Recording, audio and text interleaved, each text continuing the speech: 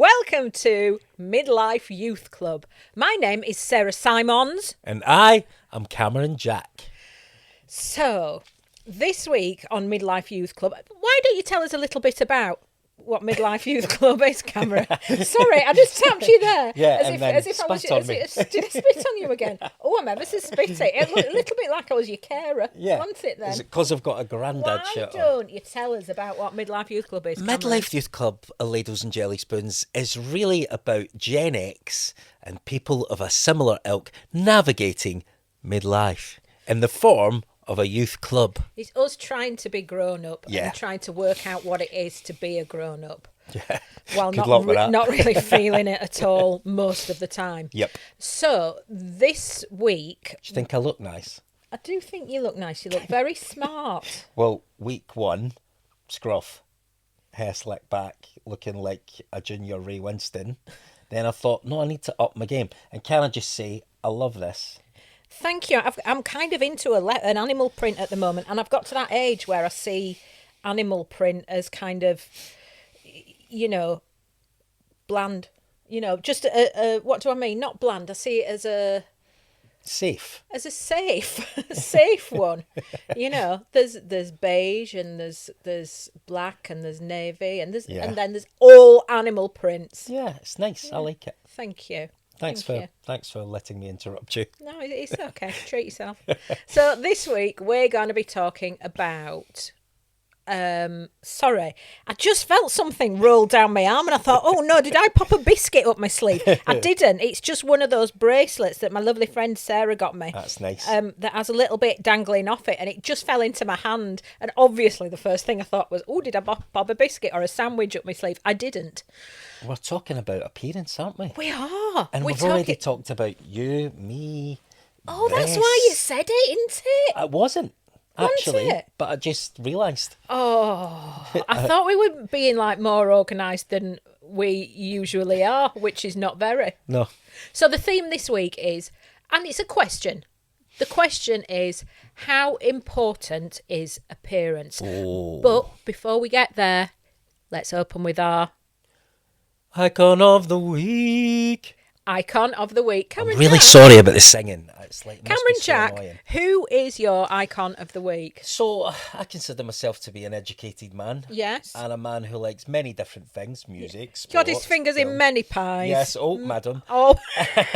and I've got to this week go for Novak Djokovic. He's incredible. 38 now, 24 Grand Slams. He's got the career Grand Slam. Tennis. Tennis. Yeah. Not paddle. Not paddle, because I'm going to my first ever paddle class tonight. She's going to paddle tonight. So Don't really know what it is, but I'm up for it. It's table tennis for middle class people. Oh, is it? And It's can not. I wear my glasses on a chain like that? People love paddle, don't they? I thought I want to try something new. Apparently, and I was being facetious earlier, apparently it's incredible. Incredible exercise, great community. My boss at Jamie Johnson FC, which I'm in, BBC iPlayer, thank you, seasons 1, 2, 3 and 4. Joe Talbot is mad about paddle. He was a really good tennis player. Get back to Novak in a minute. But he loves paddle and he's so passionate about it. He says the community aspect of it's brilliant, but great exercise. Well, I don't do any sort of exercise that's community-ness. You do reform as pilots. I do reform as pirates. Yeah. Pilates. Yeah, but that's you're on your own. It's not a team thing. No. There's other people there. Is there a sadness to it? a proper. That's the most I've made you laugh since we started. Is there a sadness? Let's write a book about it. Is there there a a sadness to sadness? reformers Pilates? Only in the price. Right. Okay. There isn't a sadness to it, but it isn't a team sport. Yeah. With reformers Pilates, you're on a wooden machine thing, and your legs and your arms are being dragged all over the place. Yeah. You're engaging your core, which is this bit. Yeah. Your tum. You're engaging, and so it does a lot of work for you. But it isn't. I wanted to do something that was team, that you to work with other people, sort of thing. Yeah. Joe Talbot is mad about it. He just swears by it. let's go back Novak. to So, Novak, who's a so tennis 38 player. years old, made the Aussie Open final last weekend, lost to Carlos Alcaraz. He's got 24 Grand Slams, Djokovic. Yeah. Obviously played in that era with Nadal, Federer, Andy Murray. Say Federer again in Scotland. Federer. So to win that many titles while those others were playing is incredible. He just needs one more major to go past Margaret Court to 25. Then he becomes To go past who? Margaret Court, the female player who's Right. got 24 Grand Slam titles. So more than Graf, more than Navratilova. So, but what's incredible is he's 38. Yeah. Most tennis players at that age are kind of winding down, but he's got this incredible sort of force and energy that just, Yeah. I think he's so determined to get it. I would love to see him do it. He wasn't my favourite player when those four greats were playing. For obvious reasons, I loved Andy Murray. I don't know why, but it's just incredible. Yeah, he's a proper. I don't know many tennis athlete. players. I of those ones you said, obviously I know Andy Murray, and that one called Tim. I want to Henman. say, I wanted to Yeah. say Tim Peake, but Yeah. he's in That's it, astronaut. astronaut, Yeah, yeah. yeah. And obviously Martina Navratilova because she's chief lesbian. Yeah, she isn't is. she? Yeah, but And she's good on her for it. Yeah. And apparently she's a marvellous tennis player as well. She was brilliant. Yeah. She played to a ripe old age as well. Yeah. Yeah. But he is the icon of the week for me. I just the achievements at that age Yeah. in that sport. Yeah. It's so I've played tennis a couple of times. I believe it's incredibly taxing on the body. So he seems to be able to play through hamstring injuries and blisters. Just the mental strength is incredible. Alcaraz, who beat him already on I think 4 majors, he's incredible. He's only 22. Yeah. Yeah. So that's my icon of the week. Oh. New balls, please. And yours? Mine is the divine Bette Midler. I've loved Bette Midler ever since I can remember. I can remember being a little girl and Love a camp icon, don't you? fucking love a camp icon. I just love the idea that they don't need permission to be who they are. Yeah. You know, that there's a kind of wildness to it. She's got that energy. She's incredible. Yeah, and I love that whole individualistic thing and being a little bit grand, but at the same time taking the piss out of yourself for being a little bit grand. Yeah, yeah. You know, and knowing that you can do that. Yeah. Being so self-aware that you can do that. And it seems to me that those sort of characters who are those like huge characters like her especially. Yeah, Joan Rivers was like that as well. Joan wasn't she? Rivers. I love Joan Rivers. Joan Rivers. Genius. Love Joan Rivers. Yeah, she was brilliant. Yeah, and terrifying, I should imagine. Yeah. She was. Yeah. Yeah. And overstepped the mark a lot. A lot. Yeah. And me and Nick Sutcliffe went to see her when she on our last tour. This is a lad we were at college with who's He's a legend. fabulous. He's brilliant. And We've mentioned him before. yeah, I know it keeps cropping up. When we talk about camp icons, Yeah. Nick's name seems to pop up. Well, me and Nick went to see her at Joan Rivers. This is in Nottingham, and she was amazing. But even for me and him, who sometimes are a little bit near the knuckle in how we chat, even for me and him, we both went Yeah. too far. And she was in her 80s then. She didn't care, did she? Didn't give a shit, and she was so clever, wasn't she? Yeah. I loved that. Great But yeah, energy. Bette Midler, absolutely love it. And she's one of the 3 people who, if I ever met, I've got planned for what I would do. If I saw her on the street, if I planned this when every time I go to New York, I plan what I would do if I met Bette Midler. Liza Minnelli. No, actually, no, Oh, not Liza. Bette Midler, Ina Garten, the Barefoot Contessa. okay. She's a chef lady who Right. I absolutely adore, and Dolly Parton. Right. I don't know what Dolly would be doing in New York because I think she lives in Pigeon Forge, Tennessee, don't she? In Dollywood. okay, I don't alright, think she got lives her there, address. but you know. But any of those 3, I would just say thank you. Yeah. That's all I would say. I'd say, less I'd say familiar and with they'd probably go, "What are you talking about?" And I'd I'm go, less familiar with the barefoot woman. Barefoot Contessa. She's a huge chef. Well, she's not a chef. She's like a home cook. Right.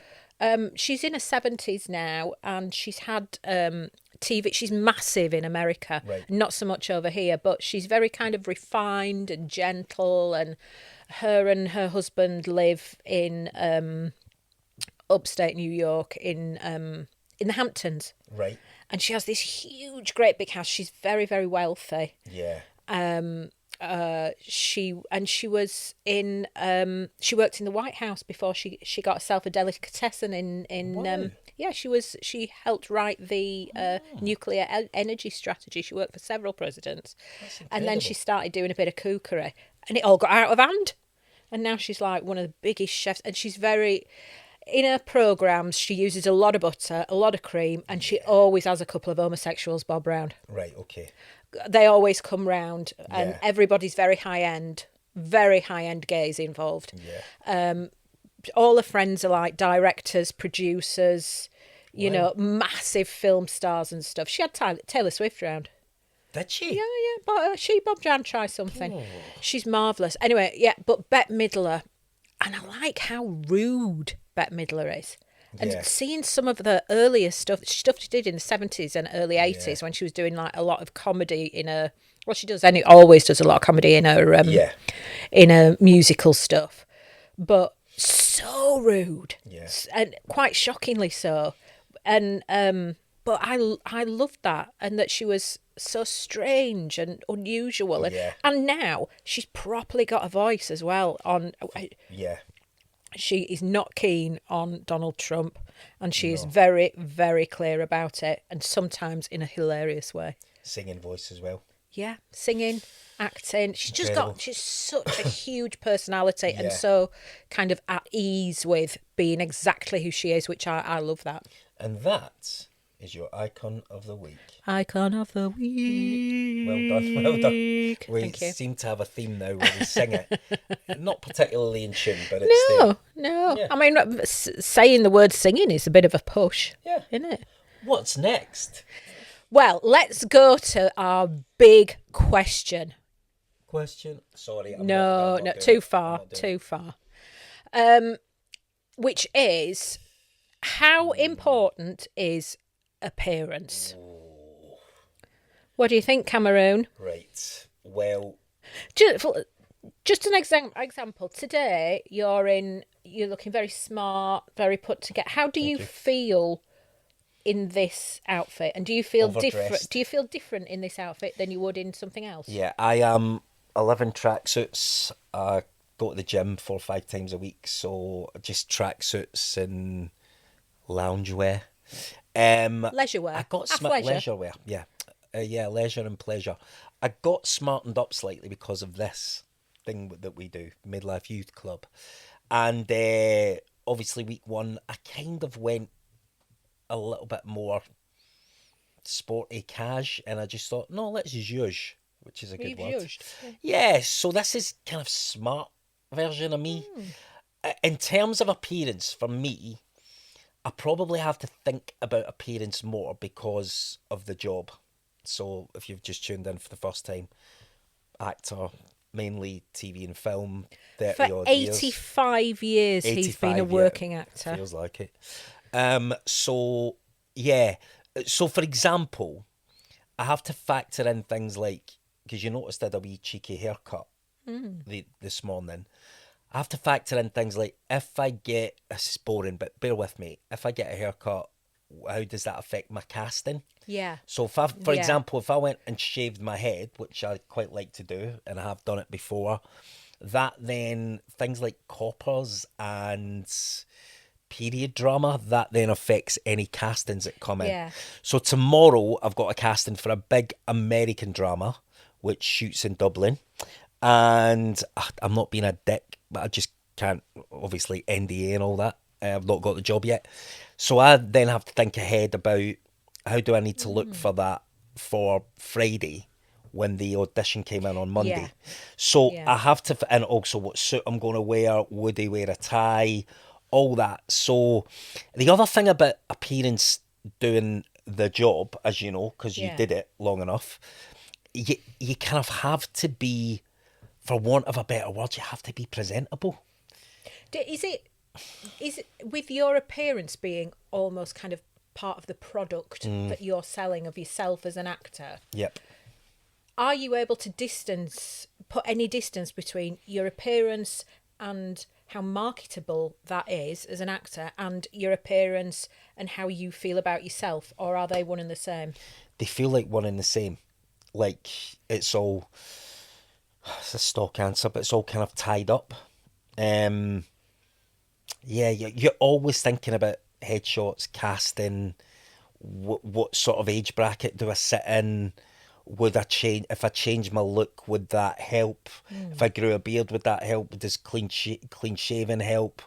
Would that character wear glasses? So it's just constant, and because auditioning, not getting the job necessarily, but auditioning is part of the job, there's a constant focus on appearance. Yeah. I'm most comfortable, like, if I had to wear one thing on my last day on earth that I feel like me in, it would be a kilt. Oh, would it? Yeah, pair of boots, hand knitted socks, sporring belt, t-shirt, leather jacket.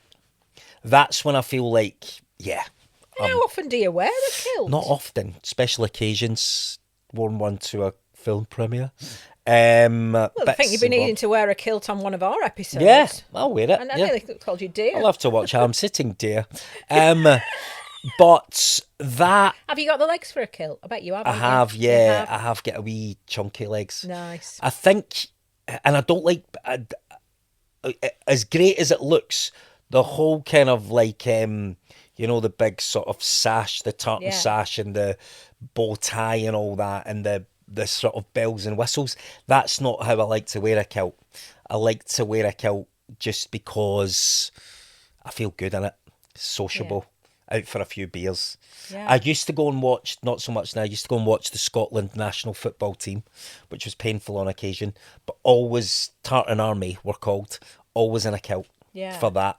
So I feel good in that, and that would be my sort of, like, costume of choice. Yeah. The rest of the time, Work I'm stuff. kind of like trying to make decisions based on work. Yeah. What about you? I've got more to grips with my own appearance and the idea of appearance in the past sort of 15 years or so. And I really enjoy my appearance. I really enjoy doing stuff. I really enjoy clothes and hair and makeup and all of that. I really enjoy it. Were you but always like it's no. No. But I know that it's kind of drag. It's a costume. Yeah. I don't Okay. see it as really to do with my personality. I see it as really just like fun and interesting and kind of an expression of how I'm feeling. Sometimes on that day, sometimes in that part of my life, sometimes, for that occasion. Yeah. But I'm feeling like about in the past 15 years or so, maybe longer than that, I felt very comfortable with it because I felt like if I'm judged on my appearance, then that's not my problem at all. I felt like if somebody was rude or unpleasant about my appearance, It's on them. it means nothing to me. It's fine. I have an opinion, Everybody's got an opinion, about everything, and it's fine, but it's nothing to do with me. I'm not interested in anybody else's review of my appearance. I can. Here comes Walter, the great big dog. Guest of honour. Yeah, so he might. I don't know what he's going to do, but he's here and he's wandering about. So if you hear crash bang wallop, that's because Walter's got involved. Yeah. We were talking about Chapel Roan on one of the other episodes. Yeah. And they strike me as someone who's literally like, take me as I am. Yeah, and I love that. Yeah, I you love do, that. I know you do. And I lost like 9 stones in the past couple of years. So I was much bigger than I am now. I've put a little bit back on. I've put 1.5 stone back on. But I went from around 20 stones to about 11. And That's incredible. yeah, it was with it was during a really difficult time in my life, but also the weight loss jabs absolutely worked for me. They're remarkable, aren't Yeah, they? really worked for me. I have no sort of Betty Whippets here.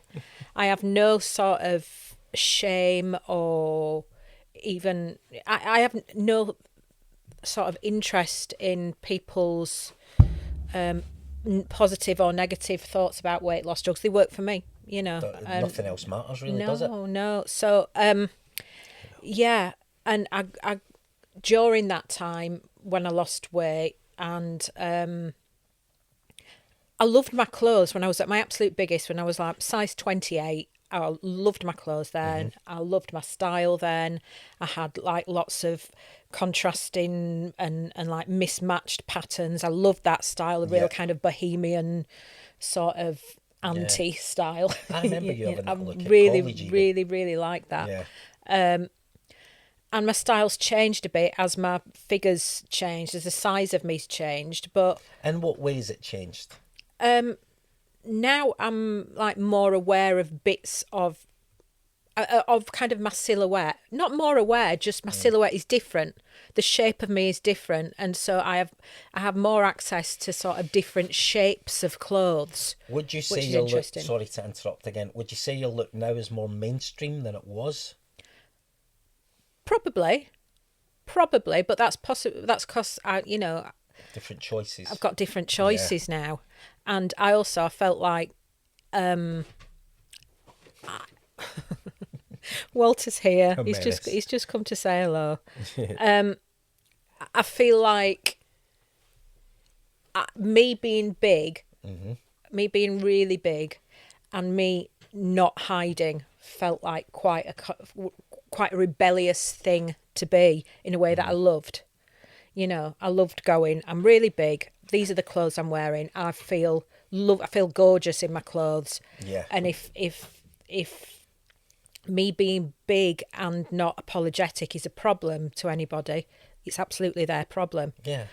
Yeah. I was saying on another episode though, like the old adage, don't say anything. What? I'm trying to remember. If you haven't got anything nice to say, don't say anything at all. Some Yeah. people can't stick by that rule, right? Yeah. We just stopped for a moment because Walter was wanting to get involved, and we thought, why not? So he's here. Betty's down there. Is there anything nicer than when a dog or a cat, any animal, I guess, snuggles into I you? know. He's a the lovely best. boy, aren't you? So you were talking about your appearance and particularly Yeah. around drama school. At drama school, I felt very insecure, and sometimes just like desperately unhappy about my appearance. At that time, if you were at all bigger, you know, not massive bigger, just a little, if you were a size 14, you were huge. You were, you know, which is about the size, I'm about a size 16, 18, 14, depending on what shops now. And this size at drama school, I was massive. I was seen as enormous. I never ever thought that though. It's how I felt. Right, okay. It's how I felt and Okay. how yeah, and But did you think that other people thought that? yes. Right, okay, that's interesting. Yeah. And going at auditions, people weren't shy, were they? The casting directors and whoever, they weren't shy. What they said. Well, that's mainly because some of them were arseholes. Yes, but Not all of them.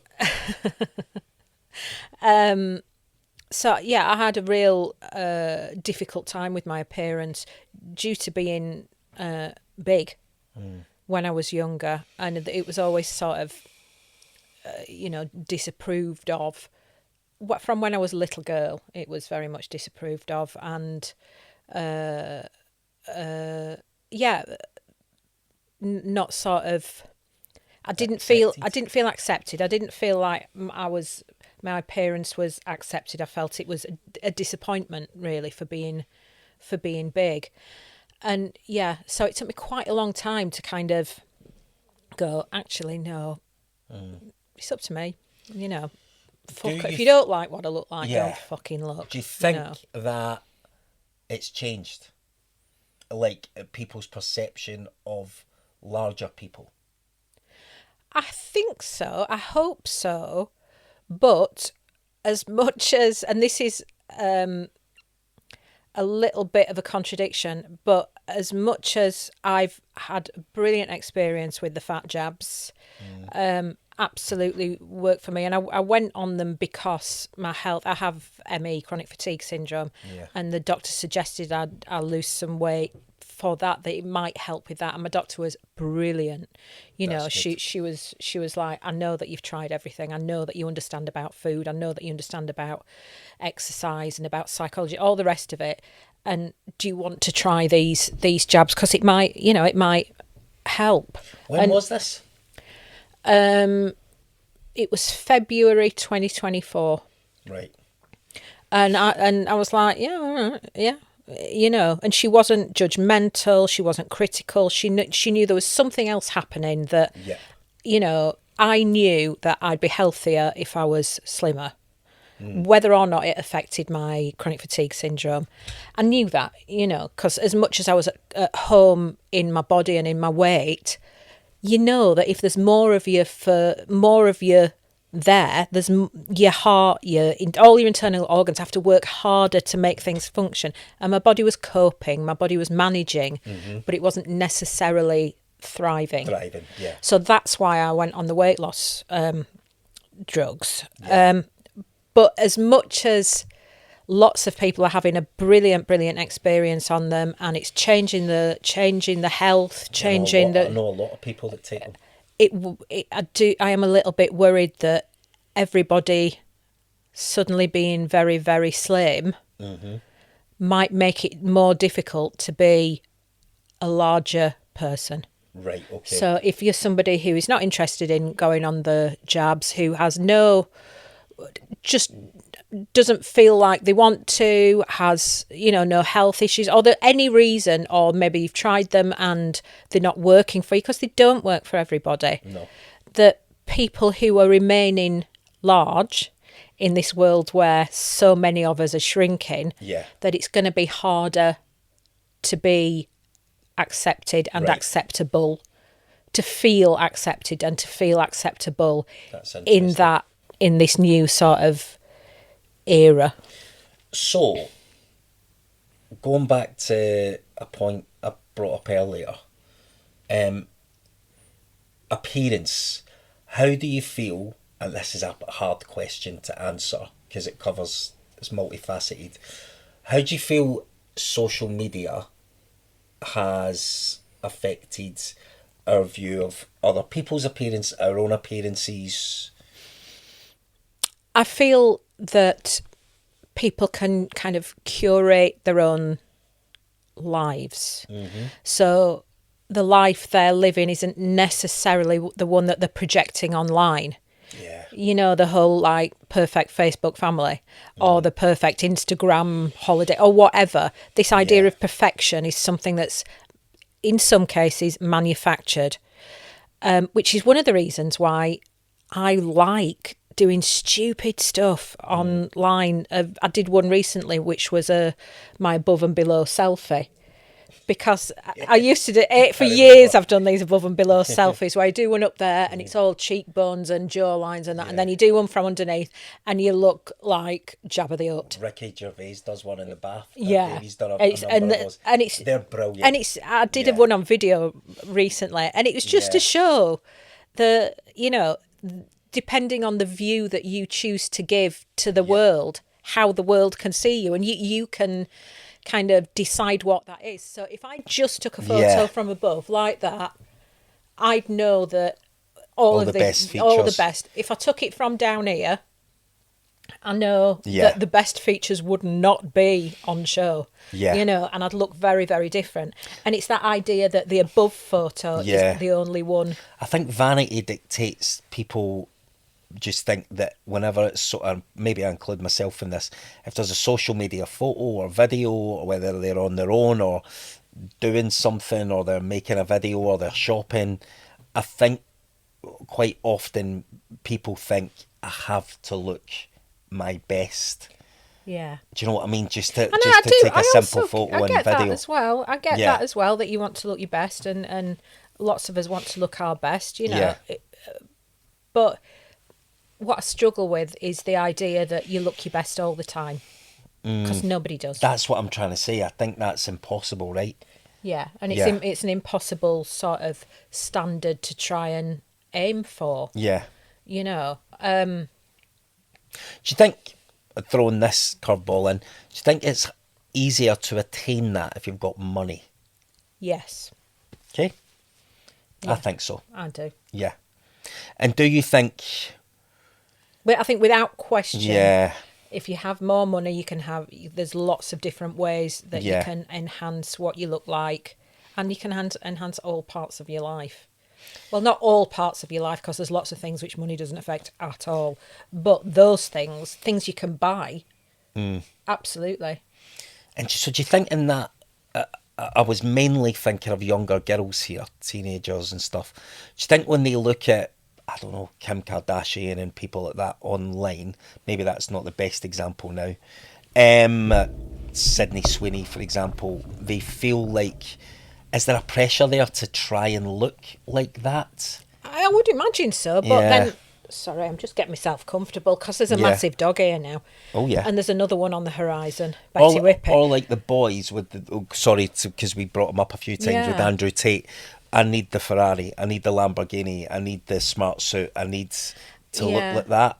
I think there's always been that. I think there's always been, you know, you try to look a certain way, try to present a certain, or there's kind of, Carry yourself a certain way. yeah, but I think perhaps it's because there's these other methods of communicating that online and all of that and social media, that it's maybe got more pronounced, more intense. It's not that that's not always been there. Everybody always wanted to look like film stars or Yeah. whatever. It's magnified now, do But you it's, think? yeah, magnified, and there's more kind of access to those same platforms that the big stars are using. So say like Sydney Sweeney, I don't know if she has Instagram or whatever, Yeah, I but would think so. she can put pictures of herself, or her companies can put pictures of themselves. Her team Yeah. can put pictures of her on Instagram. I And- didn't and single her out somebody- because I'm picking No, but on her. she's very much she's there yeah, around very a lot at the prominent, moment, yeah. And I can put pictures of myself on Instagram. Somebody else, you know, a 16-year-old can put pictures.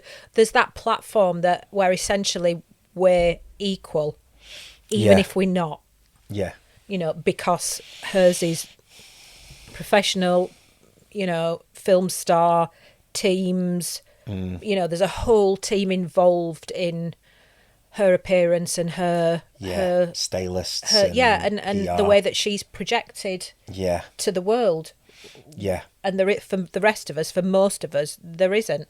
And also, going back to talking about acting, her appearance is tied to her work. Yes. You know, most of us, Yeah. it isn't. I've got a couple of mates that are movie stars, and I know that they get stuff kind of thrown at them for free to wear at premieres and sunglasses and suits and stuff like that.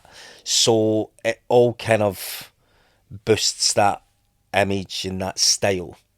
But in terms of like materialistically, they have access to everything. Yeah. You know, so they're likely always to look their best, right? Yeah.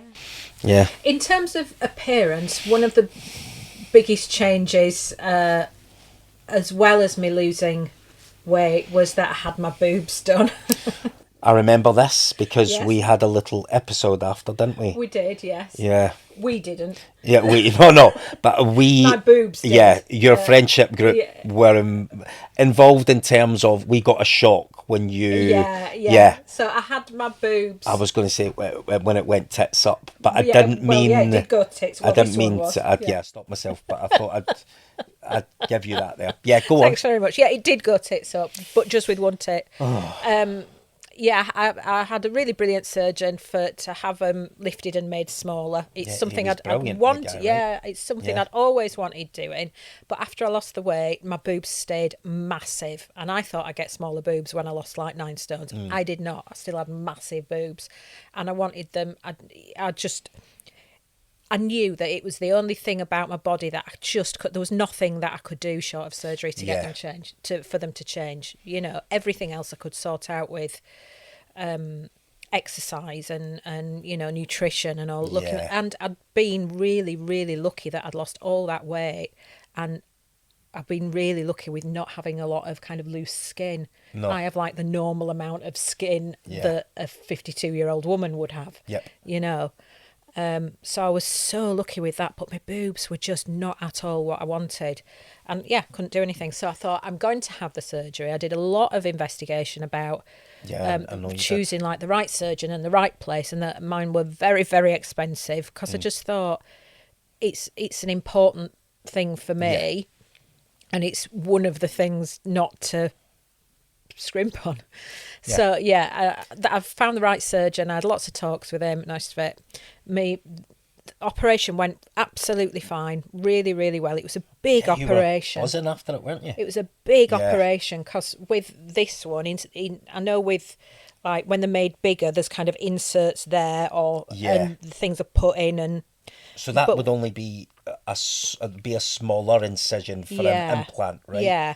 So what did you? Mine are cut right round and under here, Fucking hell. and up to my nipples, and because they take the nipples off while they're doing it. I'm assuming they bob them on your ears like earrings. Yeah. But I mean, they're still attached, I think. Maybe the surgeon holds them. Yeah.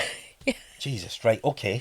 Yeah, I don't completely know what happened because I chose not to, because I thought if I know what happens, I won't have it done, because I think this is absolutely fucking ridiculous to have. But you knew it was a big up. Yeah, I think it was ridiculous to put your body under so much stress and have anaesthetic and have all those different things that you go through with an operation for vanity, which is what it was. I didn't have back pain. I didn't have any other pain. I knew that this is what I wanted. And yeah, but surely if they were, did you feel they impeded you in any I felt way? really Like, self-conscious because they were still exercising. around. They were massive, and they've So in always that been case, massive. you can't class it completely. They've always as a- been massive, right. but I was much bigger. Okay. So, me being, my back went down like 11 inches Okay.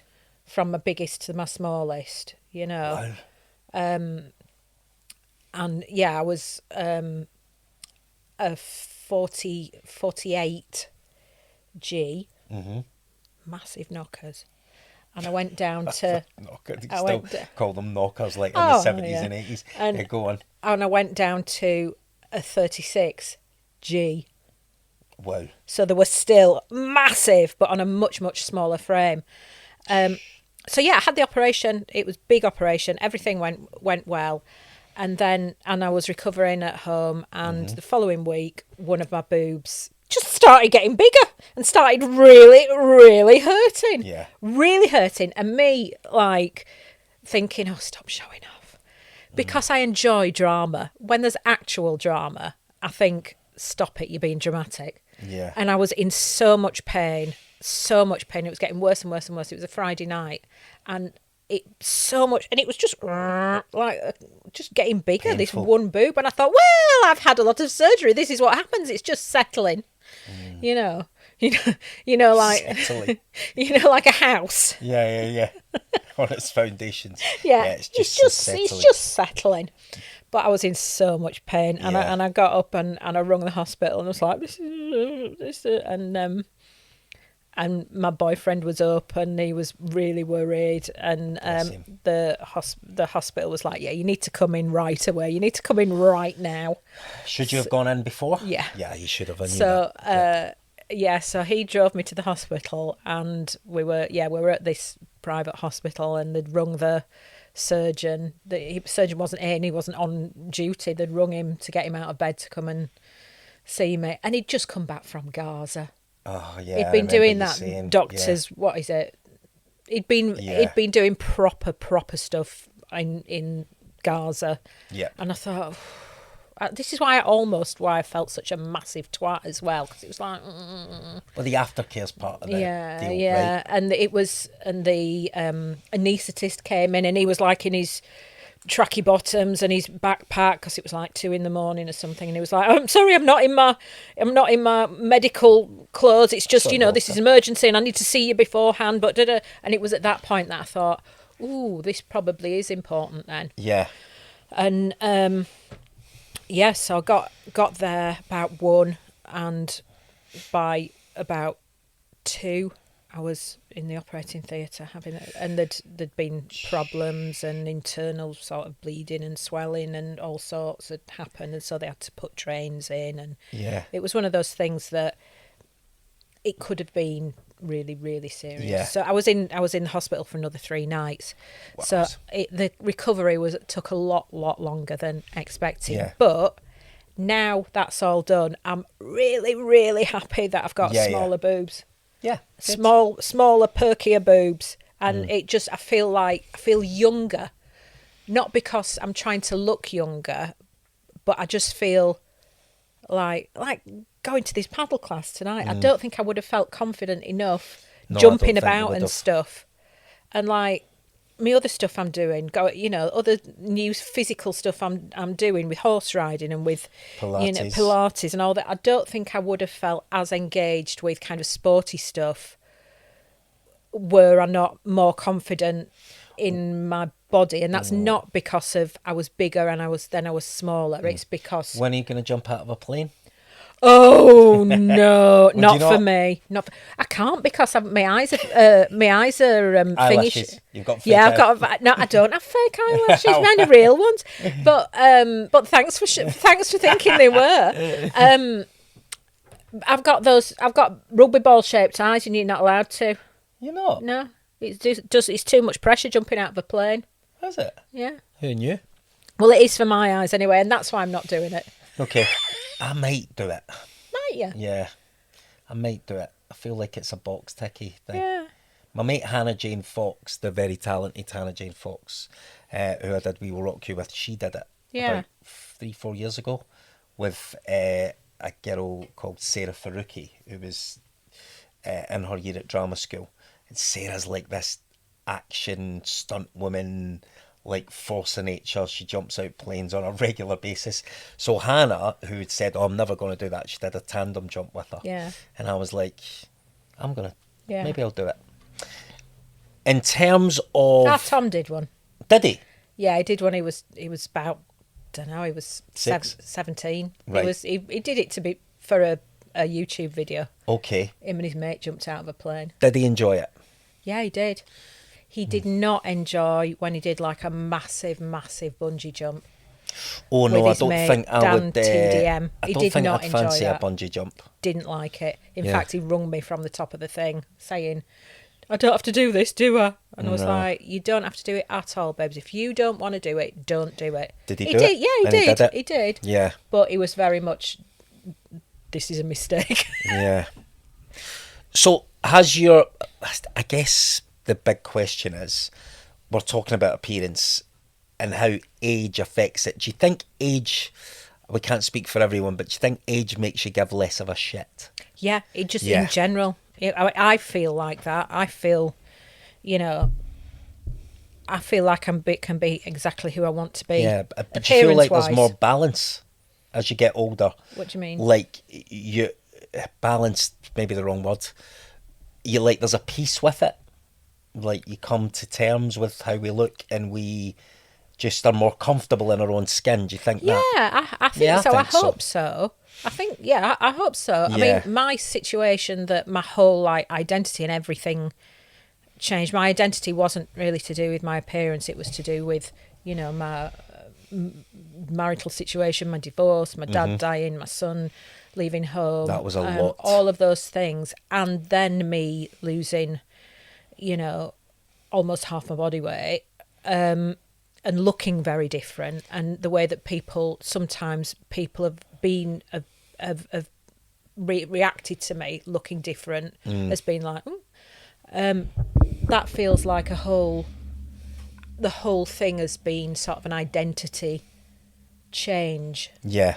And the appearance part of it is only a really small part. It's a lot of things to happen within a relatively small space of time, isn't it? Yeah. So I think I am just kind of getting my head around that and getting my head around what my style is, you know. I think you're very stylish. Oh, thank you. That's very kind. I think you're very stylish, dear. Thanks. Mutual Appreciation Society. Well, you know, it's nice to be nice, isn't It's it, dear? nice to be nice. It is. As my wee pal Stevie McQuillan always says, it's nice to be nice. How has your relationship with your appearance changed as you've got older? I think I give a little bit less of a shit, but without repeating myself, I still have to factor in.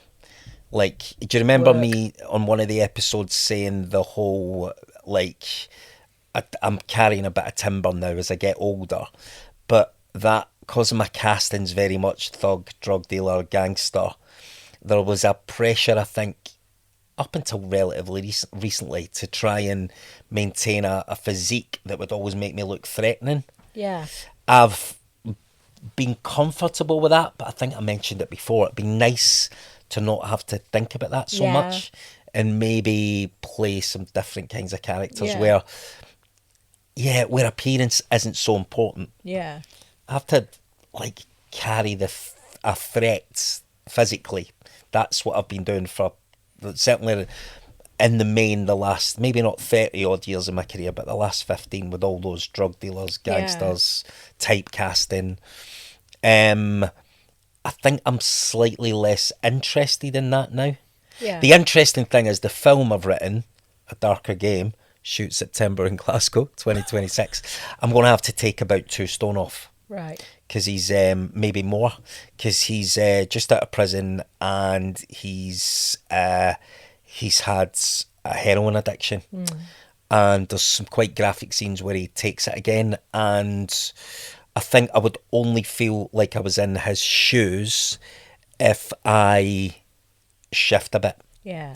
So I've put weight on for stuff, but losing it feels harder. I tell you what was an important kind of change for me that happened a long time ago, was working out that there's a huge difference between this is your appearance, this is what you look like, and whether or not you're attractive.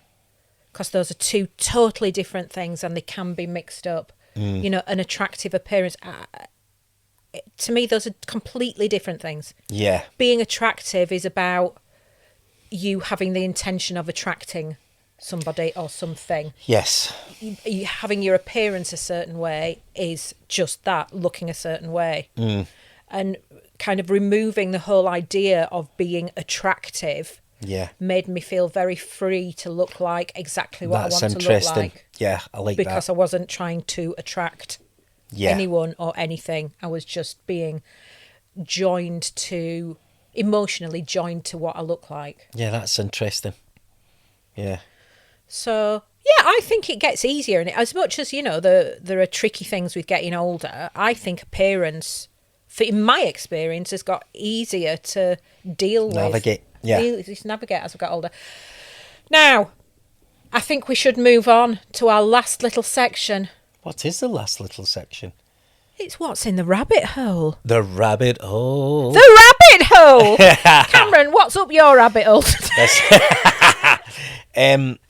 There's a minor irritation up my rabbit hole, but I'll tell you about that another time. Listen, this rabbit hole this week is it's one I go down all the time. And this is internet stuff. You know, sometimes short form content, clips, video clips, sounds, go on, audio, what is it? 80s music, which I am utterly obsessed with. I am hoping within the next few months to start doing a TikTok. Yeah. So what do they call it? A channel. Yeah. I want to do some TikTok on 80s Modern music. Tickery Talks. Yeah. Oh. I'm utterly obsessed with it. So I find myself, because of my algorithm, dictates that I get, I follow a guy, I don't even know his name, but the title's 45 of the day.